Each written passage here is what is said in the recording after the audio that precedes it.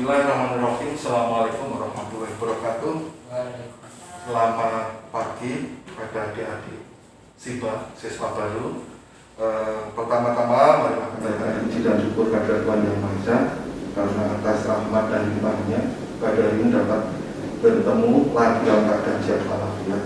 Yang kedua, kami ucapkan selamat kepada adik-adik siswa baru yang mana telah bisa masuk untuk belajar di SMK Negeri 2 Madiun. Ini saya mengucapkan selamat. Perkenalkan, saya nama Edi Armando, mungkin di slide sudah ada, yaitu sehari-hari saya di Dinas Kesehatan yang membidangi masalah COVID ini, yaitu di bidang pencegahan dan pengendalian penyakit menular. Adik-adik SIBA yang berbahagia, kami tidak akan detail menerangkan tentang apa itu COVID. Dalam pelajaran ini tidak detail apa itu corona. Nanti adik-adik bisa browsing sendiri, karena di dalam dunia maya untuk masalah COVID ini saya kira sudah tidak menjadi masalah lagi. Setiap waktu kita bisa browsing. Jadi intinya bahwa penyakit corona ini awal kali mencuat itu pada akhir tahun 2019, yaitu pada tanggal 31 Desember di Wuhan, China. Jadi di kotanya kota Wuhan, provinsinya di Hubei. Jadi negaranya adalah negara Cina. Kenapa dikatakan corona? Karena memang virusnya ini mirip dengan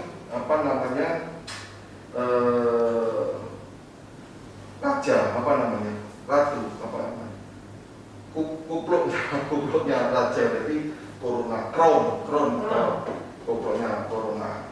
Jadi itu awalnya, terus masuk di Indonesia kurang lebih adalah tanggal 2 Maret tahun 2020. Jadi selang 3 bulan. Jadi awal kali kalau kita tahu di Jakarta, kalau tidak salah klasternya itu adalah klaster dansa. Kita nyebutnya adalah klaster dansa. Tapi tidak terlalu banyak adik-adik untuk mempelajari ini, karena ini semua sudah ada di media sosial. Nanti adik-adik tinggal browsing. Jadi pada tahap sekarang ini, karena di Indonesia sudah dilakukan pandemi, jadi kita tidak belajar lagi. Maksudnya untuk belajar ilmunya itu sudah berlalu, tetapi yang harus dilaksanakan sekarang adalah aplikasinya di lapangan. Jadi aplikasi di lapangan, kita harus tahu apa itu virusnya, apa harus kita tahu pencegahannya. Jadi kita di dalam rangka untuk mengendalikan penyakit ini, kita harus tahu cara pencegahan dan cara tahu virusnya, karakteristik virusnya. Adik-adik kita sambil berdiri aja ya, jadi kita nanti bisa melihat langsung di slide ini. Kami adik-adik sudah tahu bahwa virusnya adalah semacam ini. Next, Mas. Jadi ini sudah saya jelaskan tadi pada tanggal 20 Desember itu mulai ada di Tiongkok. Jadi sudah menginfeksi 44 kasus. Terus naik terus, Mas. Jadi apa itu COVID? COVID itu kan singkatan Corona Virus Disease 19, karena ditemukan pada tahun 19. Nanti dipelajari sendiri, browsing ya Bu ya. Terus gejalanya, adik-adik, kalau kita tahu bahwa gejala kalau kita terinfeksi itu yang pertama ini mestinya harusnya demam dulu, baru kita ada batuk, terus kalau sudah batuk biasanya kita sakit tenggorokan, terus badan lemah, terus ada gangguan pernafasan, ada sesak atau dan sebagainya, karena virus ini menginfeksi paru-paru. Jadi adik tahu bahwa virus ini adalah beradanya di saluran pencernaan, dan dia akan terisap ke paru-paru dan akan menginfeksi paru-paru. Terus Mas Mike. Nah ini. Terus tadi kalau sudah tahu apa itu virus dan sudah tahu apa itu gejalanya, sekarang adalah proses penularannya. Jadi proses penularan COVID ini adalah dengan droplet. Jadi ada yang positif, yang terkonfirmasi, dia batuk. Dan dia batuknya ini akan melancarkan, akan mengeluarkan semacam droplet. Droplet itu adalah air ludah, sehingga kalau dropletnya kemana-mana, seandainya ke meja, ke kursi atau ke handle pintu, dia akan menyebar lewat situ. Jadi masuk handle-nya pintu, kita bisa bersama-sama akhirnya cuci tangan. Nah, yang paling baik adalah cuci tangan. Jadi intinya bahwa virus ini yang utama adalah kita harus memperhatikan masalah tangan, karena tangan ini salah satu anggota badan yang sangat aktif. Jadi kemana-mana menggunakan tangan, nulis menggunakan tangan, atau menggunakan tangan. Nah, untuk ini nanti tangan ini harus kita perhatikan semaksimal mungkin dengan cara cuci tangan ini atau menyentuh permukaan benda yang keras. Terus selanjutnya ini cara pencegahannya. Ini sebetulnya kalau cara pencegahannya ini yang paling baik adalah dengan cara 3 tahap. Yang pertama tadi saya sudah menyebutkan bahwa tangan adalah merupakan salah satu anggota tubuh yang paling aktif. Untuk ini yang paling baik adalah dengan cara cuci tangan. Setiap waktu, setiap saat, kalau ada aktivitas atau sebelum aktivitas itu harus cuci tangan. Yang kedua, harus menggunakan masker. Bapak Ibu sekalian, adik-adik sekalian, mohon maaf, biasanya saya pertemuannya Bapak Ibu di adik-adik SIBA, jadi siswa baru SMK N2 Madiun. Jadi harus menggunakan masker. Karena kenapa adik-adik menggunakan masker?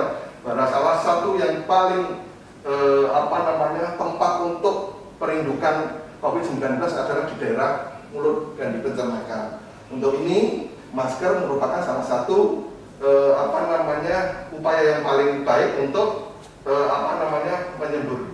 Salah satu cara yang terbaik supaya air liur itu atau droplet itu tidak keluar kemana-mana. Jadi yang sakit itu menggunakan masker, yang sehat juga menggunakan masker. Jadi semua sekarang harus menggunakan masker, karena dengan menggunakan masker ini kita bisa menekan angka kesakitan semaksimal mungkin. Jadi yang paling baik untuk itu.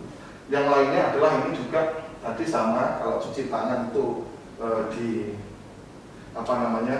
tempat yang sudah disediakan. Kalau nanti kira-kira adik-adik sulit untuk mencari tempat cuci tangan yang sudah disediakan, ini nanti bisa menggunakan hand sanitizer. Jadi hand sanitizer ini untuk kebiasaan baru, di tas adik-adik harus sudah disediakan. Jadi di tasnya nanti ada masker dan hand sanitizer ini. Dan yang selanjutnya adalah social distancing. Social distancing ini artinya menjaga jarak minimal 2. Kalau 1 itu sebetulnya kurang, harusnya 2 meter. Jadi kalau di di buku 1 sampai 2, harusnya 2 lebih untuk menjaga jarak ini sampai sekarang. Karena sekarang ada informasi bahwa aerosol kita itu bisa menyebar kemana-mana. Ini seperti makanan, ini sudah seperti biasanya harus memasak makanan. Next. Terus ini hindari bersentuhan juga, hindari bersentuhan dengan ini dengan kelelawar itu yang lama. Terus dilanjutkan, ini kalau di di pesawat, di kendaraan ini ada tata caranya sendiri, ada tata caranya sendiri. Jadi untuk vaksinasi dan pengobatannya ini sudah, vaksinasi belum diketemukan, sekarang masih proses rilis untuk pembuatan vaksinasi COVID-19 ini. Terus selanjutnya ini klasifikasi COVID-19, ini nanti bisa dibaca sendiri. Next, Mas. Ini ada 4 kriteria. Yang pertama adalah ODR, orang dengan risiko. Jadi orang dengan risiko adalah orang tersebut berasal dari daerah zona merah tapi tidak tanpa gejala. Ini. Jadi terus yang kedua adalah PDP. PDP itu pasien dalam pengawasan. Itu adalah orang yang sudah mempunyai gejala, jadi masuk di rumah sakit biasanya kalau PDP. Terus yang terakhir adalah ODP, orang dalam pemantauan. Ini orang tersebut pasien tersebut atau orang tersebut ada gejala seperti di COVID, tetapi tidak tidak terlalu berat. Jadi ini ringan, mungkin hanya demam saja atau apa itu. Jadi hanya yang ODP itu yang ringan. Kalau yang ODP tapi tanpa risiko. Terus selanjutnya kalau OTG ini orang tanpa gejala, tetapi yang bersangkutan adalah pernah kontak dengan pasien yang positif. Tapi dia tanpa gejala, itu namanya gejala OTG. Jadi dia pernah kontak dengan pasien yang sudah positif, tetapi dia tidak bergejala, itu namanya OTG. Kalau kasus konfirmasi adalah kasus yang sudah dinyatakan positif oleh laboratorium, namanya kasus konfirmasi. Jadi konfirmasi yang positif. Terus, nah ini cara penyebaran adalah sama. Jadi juga adik-adik sudah tahu bahwa ini semua adalah menggunakan masker. Sekarang menggunakan masker harus kebiasaan setiap hari. Jadi kalau sekolah, kalau kemanapun kita harus menggunakan masker. Jangan sampai masker ini lupa untuk kebiasaan baru ini. Jadi untuk adaptasi kebiasaan baru. Jadi sekarang menyebutnya tidak new normal, tetapi adaptasi kebiasaan baru, tidak new normal lagi. Ini salah satu adaptasi kebiasaan baru. Terus Mas, ini COVID terus. Ini saya kira untuk adik-adik nggak perlu ya, untuk data-data ini bisa kita akses kemana, untuk di media-media sosial juga ada ini. Jadi di Madiun Today, di mana-mana untuk Madiun sudah ada. Saya kira untuk data-data ini dilewati aja. Namun sekarang memang tarafnya adalah masih naik. Terus ini kasus konfirmasi, terus ini saya kira data-data nanti bisa dipelajari sendiri. Terus ini juga sebentar di Madiun ya. Di Madiun sekarang sudah ada kasus sebanyak, di kota Madiun ada kasus sebanyak 21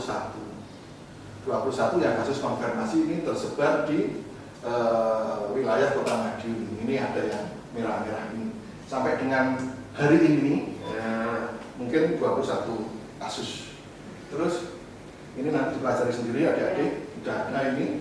Terus ini yang dilakukan oleh Dinas Kesehatan ini sudah dipelajari sendiri adik-adik. Terus ini kegiatan-kegiatan yang setelah dilaksanakan oleh Dinas Kota Madiun atau pemerintah Kota Madiun. Terus ini nggak usah nanti dipelajari, nanti kan di slide-nya kan ditinggal. Ini urusan gubernur tentang rujukan. Ya hanya informasi aja ini adik-adik. Untuk di Kota Madiun ini untuk rujukan COVID-nya di Rumah Sakit Dr. Sudono dan Rumah Sakit Islam yang boleh merawat kasus COVID baru Rumah Sakit Sudono dan Rumah Sakit RSI. Ini berdasarkan peraturan ini. Jadi ada Rumah Sakit Sudono dan satunya adalah Rumah Sakit di RSI. Ini di Kota Madiun, kalau yang lainnya sudah. Nah, terus ini langkah yang dilakukan. Ini saya kira tidak terlalu teknis sekali. Ini terus resiko ini nanti bisa dipelajari di webnya. Terus, nah ini saya akan menjelaskan kepada adik-adik semua. Ini masalah tentang adaptasi kebiasaan baru. Tetapi sekarang menyebutnya kan dulu kan new normal. Sekarang lagi mungkin adik-adik kalau membuat status tidak new normal. Sekarang adaptasi kebiasaan baru. Jadi perubahan perilaku ini sangat sebagai kunci sangat penting untuk perubahan perilaku ini. Untuk hidup lebih bersih dan sehat, wajib melaksanakan protokol kesehatan dimanapun juga, baik itu di sekolahan, apakah itu di mall, ataukah di rumah sakit, ataukah di TTU, semua harus menggunakan protokol kesehatan. Jadi waktu untuk capai kegiatan masyarakat aman COVID berbeda dengan tingkat resiko dari kenaikan di wilayahnya. Jadi nanti dilakukan secara bertahap. Kenapa ini dilakukan adaptasi baru? Jadi untuk sementara ini, jadi kalau kita dengan menggunakan adaptasi baru, harapan kami untuk kurva ini tidak seperti yang merah itu. Jadi terlalu tinggi.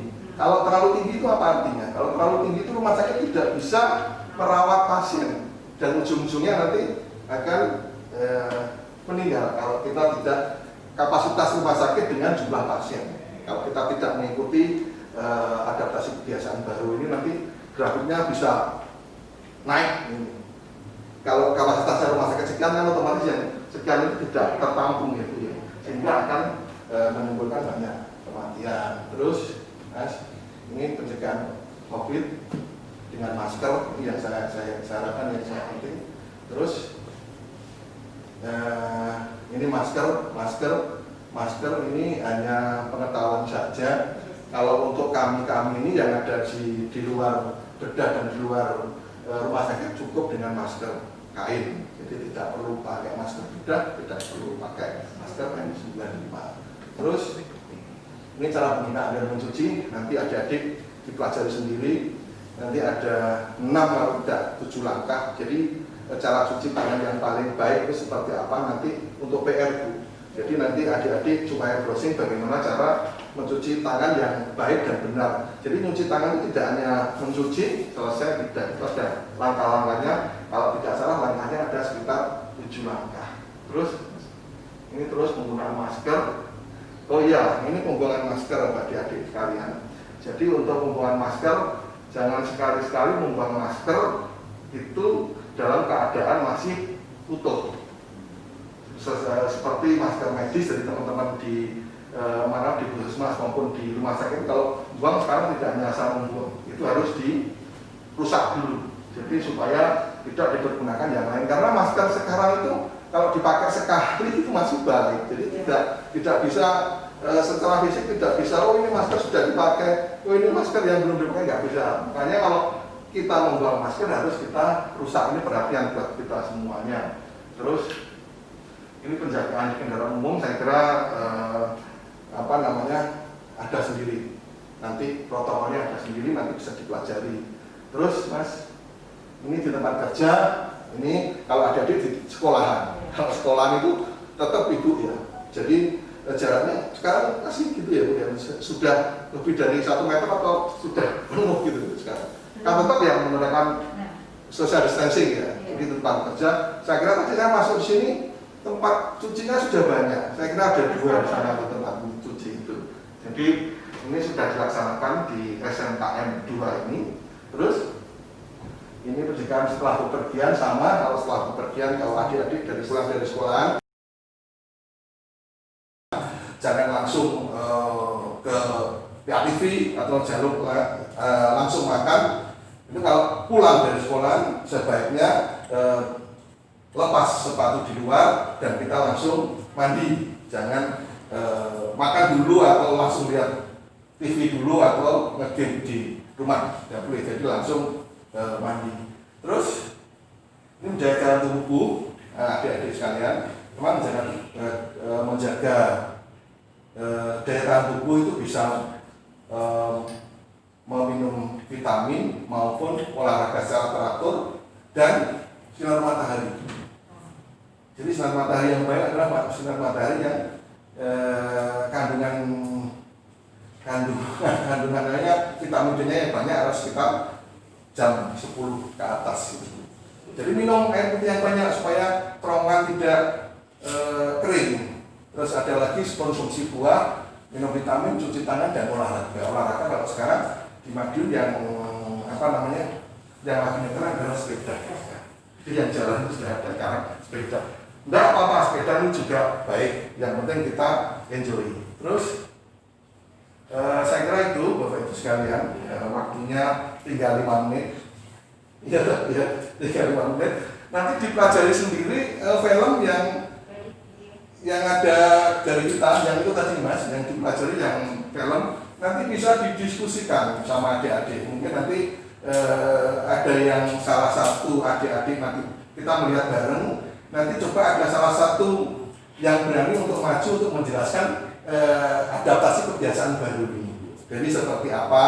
Jadi ketika adaptasi kebiasaan baru itu harus mencerminkan perilaku yang bisa menghambat proses penularan daripada virus COVID ini. Salah satunya ini pakai hand sanitizer, pakai masker, dan social distancing. Jadi nanti adik-adik monggo nanti dilihat dilihat secara bersama-sama. Terus nanti ada salah satu atau salah 2 yang maju untuk menjelaskan ini. Nanti didiskusikan seberapa jauh adaptasi kebiasaan baru ini diterapkan di SNKN 2 Madiun. Itu sebagai bahan masukan seperti itu.